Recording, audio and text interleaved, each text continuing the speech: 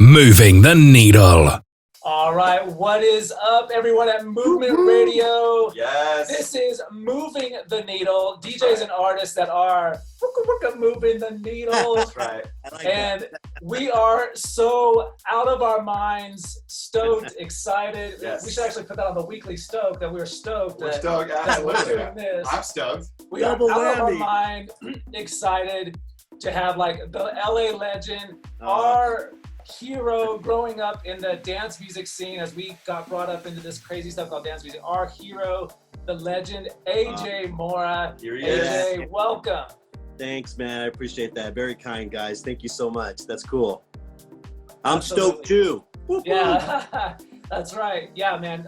We were just talking, obviously our influences. We play our backspin segment on the radio, and obviously you're a part of that. But and we'll talk about your new album, but kind of going back to the Transformed album. I mean, it was just so influential in our lives, and we'll touch on that soon too. But Yeah. we're just so glad to have you here. But yeah. Yeah, AJ. Well, hey, tell us a little bit about your story. Like, what was life like growing up, and maybe like round that off with how did you get into dance music? Wow, man. Well, from a very young age, around middle school, I already had the bug for music. It's kind of interesting because my parents, neither one of them is very musical.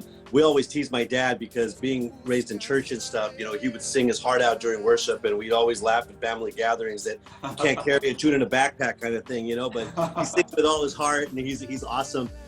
They always surrounded me with music. I mean, they listened to music and stuff growing up, their kind of music and what have you. But in church, I got really exposed to a lot of music, and that was very influential. But I came to the U.S. very young, when I was 2, from Costa Rica. And when I started going to school and just kind of picking up, the different things that you learn as you're growing as a young adult and what have you, dance music was just one of those things that just hit the mark for me. So here in L.A., there was a couple of really cool stations. One was Power 106 that had a huge top 40 radio dance format during those early years. And then there was this little crazy AM station out of San Diego and TJ called the Mighty 690, which was like this underground that you could get the wave and hear like freestyle and all this cool music. And so, around middle school and high school is when like dance music, particularly freestyle at that time, was just like really hitting my ear. And I was involved with a lot of DJs that, were up and coming in those days, like my friend Richard Vision. Yeah. He was like a big time DJ at his high school or whatever. And so just being in that circle and stuff, created some opportunities. But that's how I got into music, man. Just fell into it, fell in love with it. That's awesome, man. That's sweet. And so you said you grew up in church and stuff. I mean, was your dad a minister, or you? Yeah, my dad. I grew up in a church family and a ministry family. My dad's a pastor, and my mom and dad have always served faithfully. They still do, even in our current church in Brea, as the missionary and hospitality pastors there, and it's pretty awesome. They taught us kids. I mean, I'm the oldest of 7, so we're all very grateful for that foundation of having, faith in our family and always bringing us through everything in life. So music in church was a kind of a, simultaneous kind of thing. Well, I don't know if you do this, maybe you have Tim, but dude, we're both PKs as well. Yeah, dude, I'm a PK, totally. Yeah. There you go. Yeah. That's awesome, And man. there's a special bond between that. So any of you listening that are PKs, we got you right here. You could do it, and you're not fooling anybody. So stop trying to be rebellious. Everybody, you're marked. Yeah. That's awesome, man. So tell us just again quickly some of your inspiration in music. Maybe what's your biggest inspiration growing up, but maybe even what's a good inspiration musically now for you? Yeah, I mean, I've always had just a real cool appreciation for all music. As a kid, this is probably just kind of cliche-ish, but Michael Jackson was my idol growing up in the 80s and stuff like that. So his music and even funk and R&B was very cool and interesting to me. When dance music started coming out, I used to love, like I said, the freestyle that eventually kind of turned into what disco was, and then turned into this electronic influence and became house music. And so, there was a lot of people that influenced my life musically. Some of the old school guys that are still banging it out, man, like Danny Tenaglia and Todd Terry, and these guys are just legends, man. And I remember when, back in the vinyl days, just trying to find the latest stuff and being in record pools and, getting a chance to be a Hitmakers and Billboard reporting DJ and getting all these promos and stuff. And so just so many influences. I know that in one of the interviews that we did recently for the Renewal album, the two that stand out because they're so diverse and they had a very specific time in my, I guess, 90s influential music life, Moby and Beck have just been kind of a real eclectic understanding of what you can do as an electronic music artist to really break through. So, yeah. Well, that's awesome, man. Well, thanks so much for sharing that.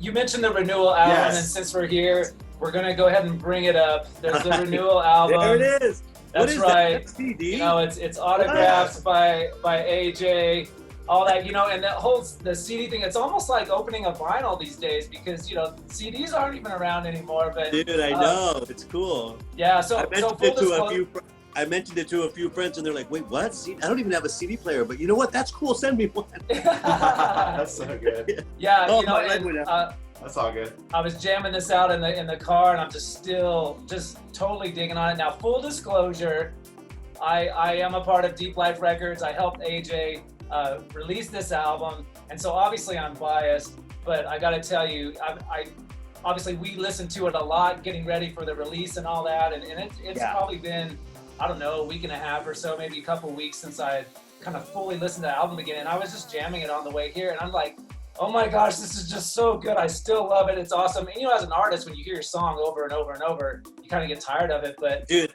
that's not that I'm the artist, but I love it. That's so funny that you said that because I haven't really listened to it since we finally put it out, and I went on iTunes to get so I could hear how it flowed all the way through with the radio edits and all that. And so it's been about maybe 2 or 3 weeks because this thing got released in August, right? So yeah, for most of the months of September, I haven't really listened to it. So I was driving and I actually put it in and I was like, dude, I like this. Wait, I did this. That's cool. So so it is this funny thing where you get to go back and listen to stuff that you've worked on and kind of heard over and over again in production. And yeah, it was such a fun thing to put together. And yes, Tim, you definitely, I'm so grateful for your involvement in making it all happen, bro. So good. Well, would you tell us a little about like how the Reckless Love piece came into the album and how that came together? With your sister, yeah. Yeah, so back in the 90s when I was involved, many of you will remember like the Nitro Praise days and the Transform and Soul of a DJ releases and Gospel Housing Authority with Scotty B and all that. Yeah. Those were incredible times. They were during a time in my life where I was having some transitions in my own journey of faith. And my sister Gabby, who was, was my little sister, and she wanted to be a singer and like to sing. And so she came and participated, mostly very light little sample tracks here and there. We never really did a full-on vocal song because frankly, I didn't have the patience to produce music like that back then. It's very difficult still to do full-on vocals, When I used to have the chance to do remixes, the artist or the label would send me full-on vocals and then I would just try to insert them in there. But producing that from scratch is serious work, So long story short, my sister Gabby, when I told her I was working on this album, I said, Gabs, I would love for you to come and be a part of it. And one of the things that I knew I wanted to do was to cover a worship song. And one of my favorite ones is Reckless Love. A friend of mine from Paradise Grace did an incredible version of Oceans. And that was very inspirational to me because Oceans was a monster as well. Everybody loved that song. It's so anointed and all that. So I said, you know what? I'm going to try to do this with Reckless. And so I asked Gabby to come and, it was a lot of work, man. Like, I still listen to it and I'm like, oh, I could have done this. I should have done that. But it turned out to be a beautiful thing for my sister too. Oh, God bless her. She mentions it in the interlude, so I'm not overstepping anything here. Has been going through some of her own challenges, and this was healing for her.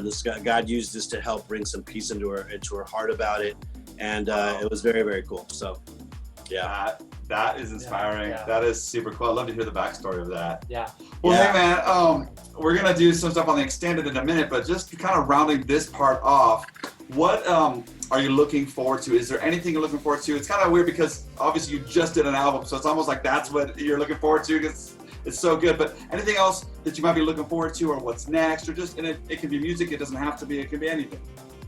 I kid you not. I sent the final thing that whatever that was musically to Tim, And I haven't touched Logic or music until yesterday. And I literally to put up a track that I was supposed to get finished up, that I had started way back, and I couldn't concentrate, so I just started making something from scratch. So I can't wait to just start making music again, because it felt really good yesterday. I just spent a few hours, and you know, you go into it and there's like, wow, 2 hours have gone by, and you just get so into music. I'm looking forward to making some more stuff. I feel inspired from this project. I thought it was really good to step away, take a break from it for a minute. But coming back, a lot of things that I learned through this process. I got to give a shout to our friend Ben Archuleta, man, from Moody Records. He mastered this project, and so a lot of times these guys don't get a lot of credit, but he made it sound really full and really professional, a quality that personally I know I've never been able to achieve on my own. So I was really grateful for that. In that process, he taught me a lot of really cool things that, you know, even a guy like myself who's been doing music for a long time was like, what? How could I have missed this? And so I was very grateful for that. He really partnered with us in that way and did such a good job. So getting back into music and getting some of those things that I've learned and applying them again and exploring and experimenting now with that new level of kind of understanding is something I'm looking forward to. And for these venues to open up, because I'm dying to play out again. It's kind of sucks not to be able to play for anybody these days, but it's all good. Absolutely. Yes. All right. Okay. So how can we get a hold of you? Socials? What's the best way to kind of connect for our listeners? Well, definitely go to Deep Life Records, since a lot of the project is revolving around there, and Tim does a good job in promoting everything I'm doing on there. I appreciate that. My handles for everything else on social media is at DJ AJ Mora. That's my Instagram, Facebook. My Facebook music page is the same. You can find it the same way. It's just got the / AJ Mora fans, but it's, you know, you could find it just by going to my regular Facebook page as well. My Twitter, not so much. I use that mostly for some of my other work that I do, but Facebook and Instagram, SoundCloud at DJ AJ Mora. Love it. Awesome, man. Well, for those of you listening, go to our YouTube channel at Transform EDM, and you're going to hear the extended version of this interview, like an extended version of one of AJ's tracks being mixed by Eddie Amador or something. But anyway, go to our YouTube, Transform EDM, get that extended interview. AJ, nice. Thank you so much for joining us. Hey, thank you guys, man. Thank you for everything. God bless you guys. God bless you too, buddy. All right. So here we go. I just said buddy. That's all right. Hey, buddy. That's like the worst. So hold on 1 second. Let me find out. I don't. Does it still look okay in here? Because this light went out. Is it? I need to worry about it. Okay. Yeah, we're good. It looks great.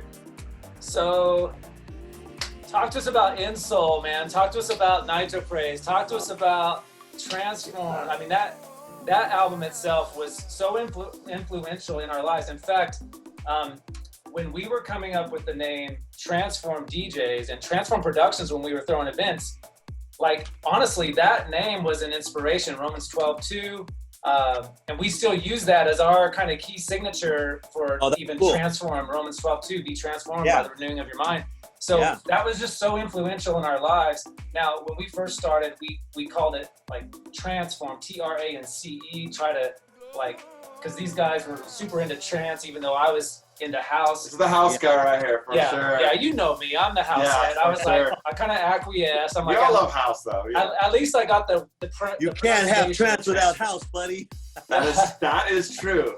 I accept that, absolutely. So at least I got the pronunciation Transform, and they got the actual spelling. But it shifted into Transform, and now, you know, Transform DJs, and now Transform. But honestly, bro, that was so influential for me. But you know, tell us about those days. Tell us what it was like. Just any kind of cool thoughts you have reminiscing. No, that's so cool. Those were incredible experiences. I'll tell a great story that kind of connects Transformed and Soul of a DJ and all those things with Nitro Praise, because during that time, I was going through a very unique transition in my own life. I mean, like we mentioned in the interview earlier, growing up as a pastor's kid, you're sort of inundated with church stuff or whatever, and then you kind of grow into your own when you turn 18 and 21. And I've never felt like I lost my faith, but I was kind of exploring and doing my own thing. And when I did the movement, which, by the way, the movement, which with Richard and all that, with Jump, you guys, it's funny you call yourself Movement Radio too, so there's another connection. Totally. It's totally subliminal. Bro, I'm gonna have to send you a bill for these rights. No, I'm just kidding. But during that whole experience, I happened to have been married at that time when the movement came out, and so I believe just in a very real way that God's prevenient grace was there, because my other two friends were crazy singles and kind of doing their own thing, but I was married and wanted to protect that. And so being on the road during the movement success, I was kind of just trying to keep it together. Anyway, long story short, the reason that that's relevant is that I got back into church over a number of different circumstances that were going on in my community and around where my ex-wife and I lived and things like that. And so I got involved with a church near my house that needed a youth group leader, and I happened to fall into that. It wasn't even something I was looking for. It's a longer story, maybe for another time, but this pseudo youth group thing just kind of happened, and I was in the middle of it. And so I discovered Nitro Praise and used to use my DJ influence. So this youth group grew to 60, 100 plus kids. And there was always a guest DJ, and there was always house music playing before we did anything else. And part of the idea was Nitro Praise, because it was like, wow, look at this label is doing Christian dance music, right? So now check this out. This is a cool thing. In 1996, while I'm going through all this, and I had discovered Nitro Praise and was using it in this youth group, I went to the Winter Music Conference. And I was in Miami, and I was at a Masters at Work party on the beach. It was really cool. And I sat down by the bar, and I look over, and there's this guy wearing an Ensol t-shirt. Wow. And I said, Ensol. And I said, hey, Ensol, I said, do you know who Scott Blackwell is? And he goes, I'm Scott Blackwell. Oh, are you serious? That's how I met Scott. I met Scott at the Winter Music Conference in Miami in 1996. And I was like, dude, blah, blah, blah. And I just started sharing my heart with him and pouring out what I was on. And you know what's really, really cool? And it would be so awesome if we could do this again with Scott. I haven't talked to that guy in a minute.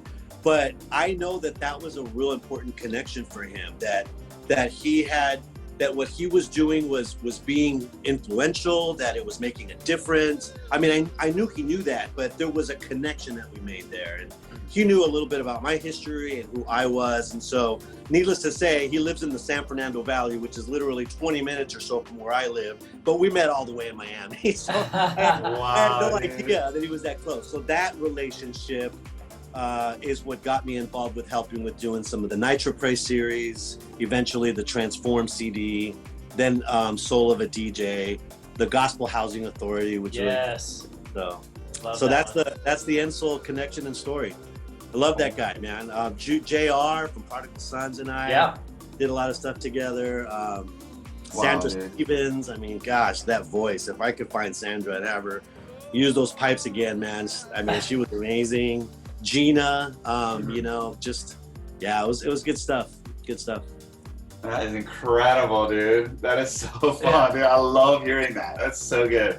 So I know you, so you're a youth pastor, you became a pastor, you're now involved in Refinery Church. Now I saw you preach the other day. Are you an associate pastor or what's going on there? Not on staff there. I'm a core team leader with a new work there at a church that's been there for a while. The previous pastor was my pastor growing up and is still a very close pastor, family friend of all of us. My mom and dad actually went to the Refinery Church in Brea to work with Pastor Mike O'Brien. He stepped back and decided it was time to move on and retire. He'd done ministry for 30 plus years. And Pastor Kelly came in with a new vision there, and it's just been a real great journey. Refinery's been a real cool place to grow in community. Obviously, with everything that's happening now, it's put a huge shift in a lot of things.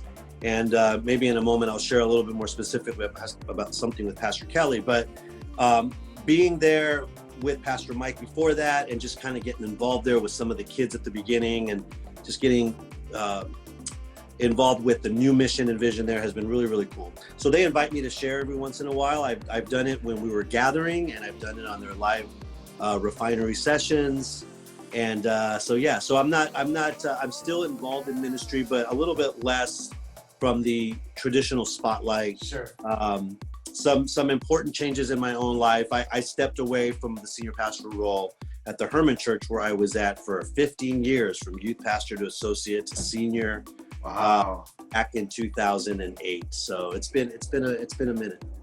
Wow, that's incredible, man. Well done. That's great. And then in the CD, you referred to this thing called Love Sessions, and I've seen that online. That's something you're doing with your brother, right? And tell us about that. So Love Sessions is an extension, I think I would say, to my life mission and maybe my own experience in church. Let me be very careful here. The church is the beautiful bride of Christ, and I don't want to insult the Lord's incredible fiance, if you will. But there, sometimes I think we all know that church can have its character and its moods and its ability to be more of a movement instead of just a meeting place. And so anyway, all of my own life experience, even as a pastor, it's easy to understand that a lot of bureaucracies can take over in organizational structures and what have you.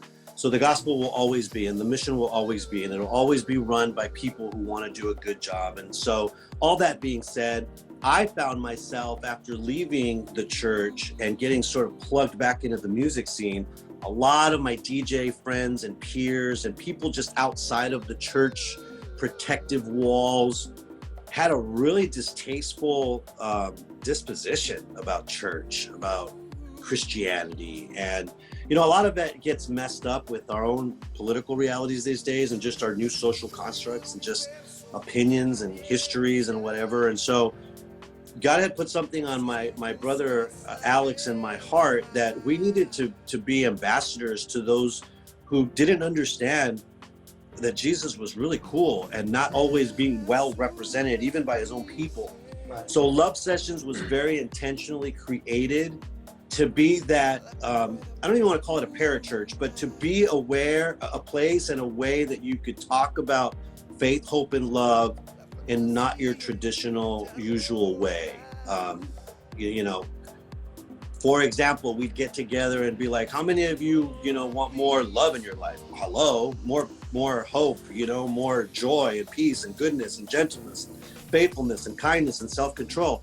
Well, if you've been to church a lot, you're like, oh, that's the fruit of the Spirit. I didn't have to open up and say, let's open up to the book of Galatians and see what Paul says about the gift of the Spirit. Because that, for a lot of people, is a complete turn-off, unfortunately. I mean, God's word is God's word.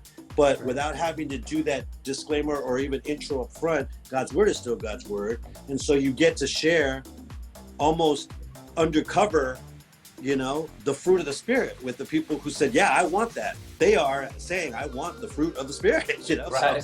So it's kind of in that way. Without any compromise, we've created this thing called Love Sessions 2.0, which unpacks a little bit more what we mean when we say love is the most powerful force in the universe and hope is the promise, because that's our mantra, So it's been cool, man. People have dug it. Guys that that are really opposed to faith or churchy stuff have, Facebooked me on the side, and you always get those people who are very vocal about, their faith sentiments, kind of, hey man, my mom's in the hospital, could you say a prayer for me? I don't really believe in that stuff, but could you pray for me? Right. Wow, dude. That's incredible. It's a really cool dynamic. It's called Love Sessions. And yeah, it's pretty cool. I actually, there was so much going on this month in September, I didn't have a chance to do one as I usually do in the middle of the month. So I'm actually going to run the clip that Tim mentioned, which is probably going to be the most over-the-top, straightforward Love Sessions we've ever done. And I'm going to put that faith clip in there, that message I did at Refinery as part of Love Sessions September. Wow. So cool. And, that reminds me, kind of getting back to the music a little bit, and of course the Renewal album, you've done some guest mixes on on certain radio stations, and we've worked together to do that. But kind of that thing of like that song, The Ultimate Guest List, you know, when you're on Power Tools in LA and Eagle or Eagle, Swedish Eagle. Yeah. Like, tell me about this guest list, because with COVID going on, no one's on a guest list. And you had an opportunity to, I think in a very, you know, friendly, non-churchy way, share what that guest list really is. Tell us about that and about the feeling you got when you had that opportunity. Wow. That was kind of cool, yeah. Swedish Eagle, God bless him, man. I love that guy. He's been such a support in my life musically, and just as an honest friend. Him and his wife Anna, just amazing people. So Eagle was interviewing me and mentioned ultimate guest list, and when he said that, you know, in the middle of COVID, nobody's on a guest list. Eagle, this is the ultimate guest list, man. You want to be on this one. This is the one when it's all said and done, and you got to be on that list, man, to get into that party, you know. And he got it because he knows my history a little bit, and so he added to the conversation. But I forgot what the word was that he said, Tim, but it was in Sweden. He said, "Oh, that's what they call, you know, heaven." And right. You know, he said, "You're talking about, you know, whatever that word was. I forgot what it was." So he connected the dots immediately that I was talking about the list that we are. You know, that we were literally going to be on a guest list. I mean, the Word of God tells us that we're in the Lamb's Book of Life. I mean, that's a guest. Right. You know what I'm saying? Right. Yeah. Man. So it's kind of cool to have an opportunity to share. I threw our mantra in there about love being the most powerful force in the universe and hope being a promise, and said, you know, we all want to make sure we're on that ultimate guest list for sure. Wow, dude. That's so cool. Yeah. Thanks for sharing that, dude. I love, like, I'm gonna use that. I love that. If that's okay, I'm gonna take that with me. Dude, like, that's what it was. By the way, props where props are due. When I turned that track in, it didn't have that. And Tim was the one that said, "Dude, it'd be so cool if you said something like, you know, if you were on the list." I was like, "Yeah, that's a great idea." So, props cool, to Tim for inspiring that, because that was. And then the church organ in there. That's right, kind of the church organ really stuff. Cool in the background. Yeah, it's like a train for coming sure. through. That's cool.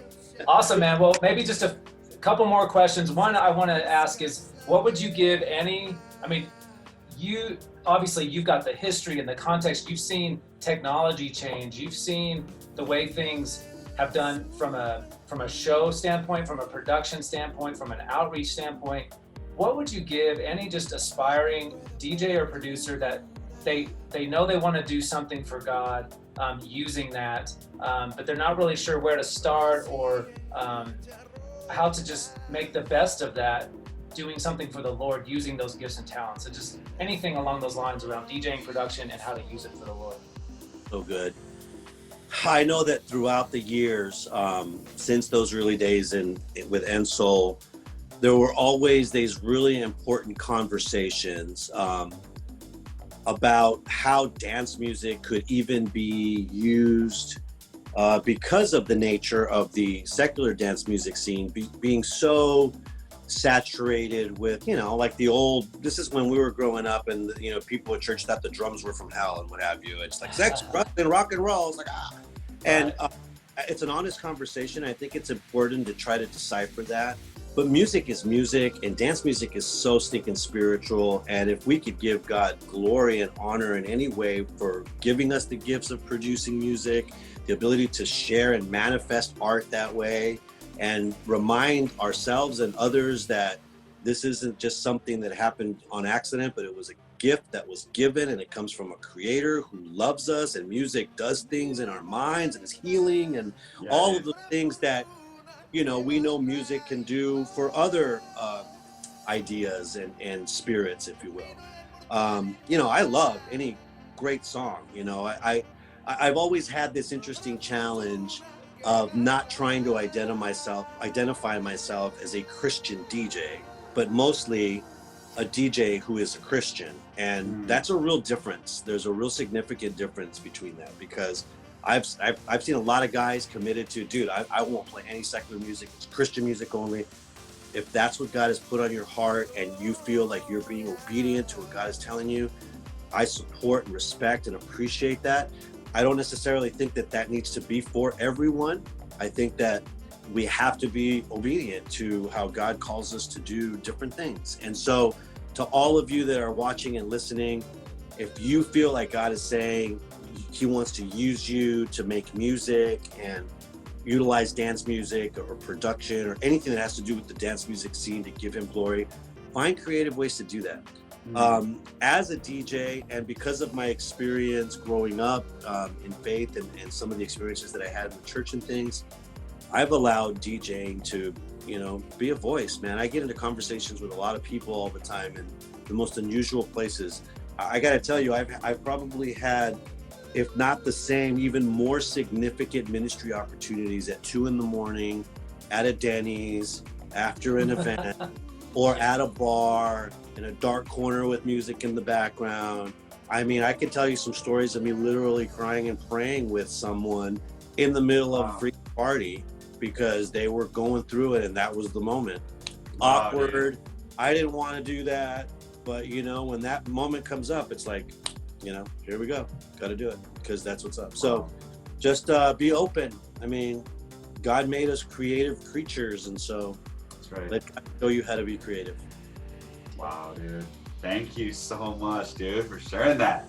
So we're gonna do another plug here. The Renewal album out now on Deep Life Records. Get it. I'm going off the top here. Maybe 13 to 15 tracks plus some remixes. And then if you get the dual disc, which you can get at Deep Life Records, the DJ mix from Eddie Amador on that one. Of course, you can also stream that on Spotify, iTunes, Apple Music, all that good stuff. Such a great album. Love it. Yes. Bro, Tim. Yeah. Bro, where's my t-shirt, bro? I saw the I know. Renewal t-shirts. I know. That looks so cool. I want a t-shirt. All right, we'll take care of that. We need to do a bundle giveaway here Yeah. on the show too. We're gonna do it. We're doing a giveaway of the album on the show.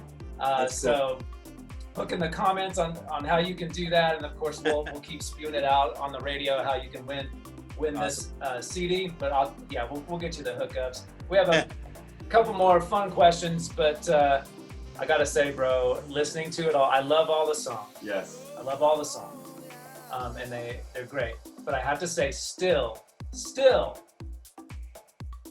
Fascinated is my favorite one on the album. Yes. It's a good one. It's a lot of people like Fascinated. My responses that I've gotten in general, even with some of the charts that you've sent me from people also commenting and rating and reviewing and stuff, Fascinated, Baseline Kick In, and Renewal are like the ones that people really. But yeah, Fascinated was fun, and the vocal part came in at the end because I remember when we were producing this together and kind of going back and forth for ideas and me sharing where I was at on certain things, I realized, the album needed to have some kind of connection with a vocal of some kind, because I love just creating music and sometimes not ever putting any vocal or anything. And so when I did Fascinated, I said, I knew what I wanted to say about the track if it was just going to be music. But it was like, I want people to know that I'm fascinated by his love for me, And so I sampled that little voice and then just, put it down. So that's me. It doesn't sound like me because it's just like all, transposed down, layered or whatever. Yeah. Sounds kind of robotic or what have you. But that worked. It was cool. So and it is a great track. It drives. Yes. It's a fun one for sure. I found myself, it just popped in my head the other day. So that's when you know it's good, and that's when you know that vocal's a hook, So I was like, and then what it's saying, that's the kind of thing you want to remember. That's the kind of thing you want to be dwelling on. So well done, dude, absolutely. Cool. A couple more questions. Now, John has been to LA frequently. We love LA, but John has a special place in his heart for LA, as I'm sure you do, because you've been there forever. John likes to surf. Right he's on. all about it. So he's gonna ask you a couple more just fun questions. Right. Okay. So I want to say, what's your favorite place to eat? And it can be from a taco stand to a nice restaurant, or like a beachfront place, or like a hidden gem. It can be whatever. I hear a lot of people talk about what's your favorite tacos in LA. So I am also interested in that, no matter what you say, but you can say whatever you want. right now. We have better tacos in LA than Mexico, bro. That's how we're rocking. That's how it works, bro. That's so good.